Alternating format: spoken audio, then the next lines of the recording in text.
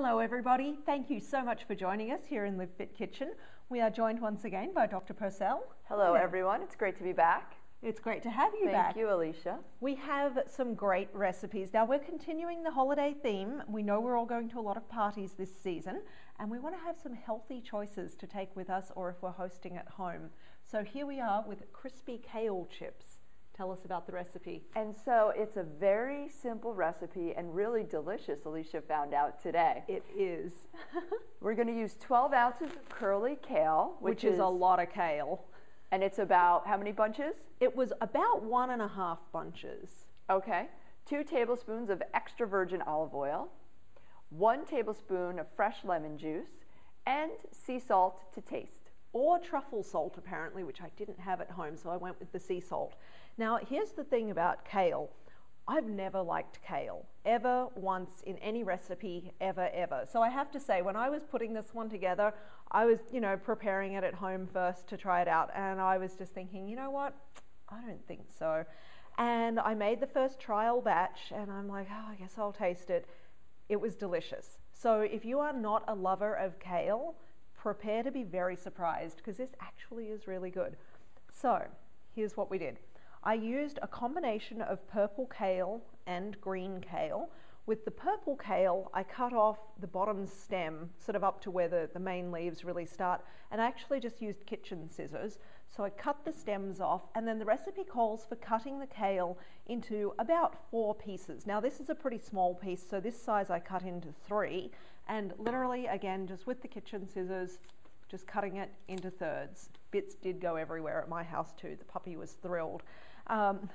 With the larger pieces, cut off the thickest part of the stem right at the bottom there, and then I was cutting those approximately into 4ths. You'll have some really uneven, different size pieces. Maybe that piece is a little big, so you might cut that one in half this way. And while Alicia's cutting the kale, I just want to talk to you about the nutritional properties of kale. I know she mentioned that she wasn't too excited about it, and many people are scared of kale because it's such a coarse-leafed vegetable, and sometimes when you chew it, you really feel like it's rabbit food. But kale is super nutritious, and the reason why this recipe is so successful, as you see, is what we do to marinate and prepare the kale before we bake it.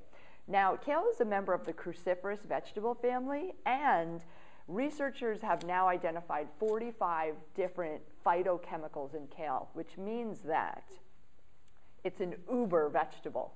And there are 5 types of cancer that kale has shown to be protective against, specifically colon, breast, prostate, bladder, and ovarian cancers. Well, aren't we lucky that I found a way to actually enjoy kale and start to include it in my life? Because up until this point, not so much. And you just might enjoy it too at the end of this recipe. Yeah, seriously, if you don't love kale, try this one anyway. This is very surprising how good this really is. Okay, so you can see as Dr. Purcell was talking, I was just cutting the kale into rough pieces. This bowl here is quite large, as you can see, and is not even half full with the kale that we had. When I did the 12 ounces of kale, I filled this bowl twice over, and it was fairly mountainous. So what I did was I cut it up into the bowl just for somewhere to keep it, and then I pulled it back out of the bowl so that I could use the bowl to mix the rest of our ingredients. Now, because it's such a mountainous quantity, and even though the bowl's large, it's not, it's not this big, what I actually did was I split the ingredients in half. So I used 1 tablespoon of the olive oil and half a tablespoon of the lemon juice. Put it in this bowl. I used a fork. I whisked it up just so that it combined nicely. And then I put half of the kale in. Now, when I put the kale in, I whisked everything, I put it in, and then I really just used my hands to toss it around because you want to get a nice even coat. Yeah. And you said something about that releasing nutrients. What was that about? Right, because the kale is such a coarser vegetable, it's filled with all these special phytochemicals and minerals that are stuck or bound in the leaves. And so when we add the lemon juice and the olive oil and the sea salt, it allows the membranes to break down and it liberates those special phytochemicals so we can absorb them. And apparently some better flavors. So next, what I did after I had this nicely coated, and I just tossed it, maybe a half a dozen times around in the bowl. When I put it on the cookie sheet, I needed to make sure that I had just one nice layer, that it wasn't sort of doubled up or piled up too much. So for 12 ounces of kale, it was about 4 cookie sheets worth.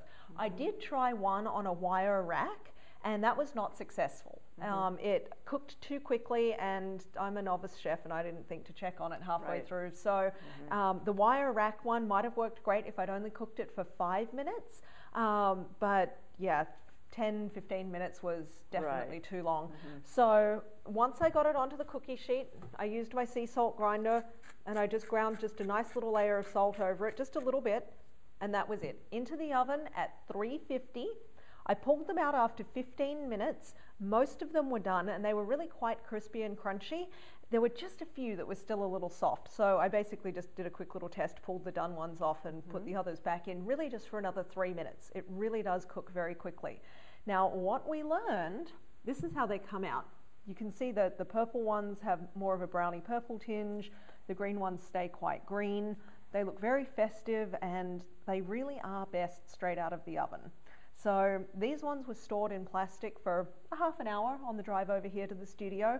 Some of them came out a little soft. Not a good idea to put them in plastic. Yeah, really the Tupperware was a very bad choice. So now I know some of them are still crisp, some not so much. The one on top is crisp if you want to check my cooking. And I will try it. But I think if you're going to serve these, serve them either straight from the oven or just leave them on an open container, you know, just on a tray or something in the kitchen. But didn't that turn out great? Very nice. I'm amazed. Seriously, I have been converted to really enjoying kale, at least in this form. Try it out. I promise you'll like it.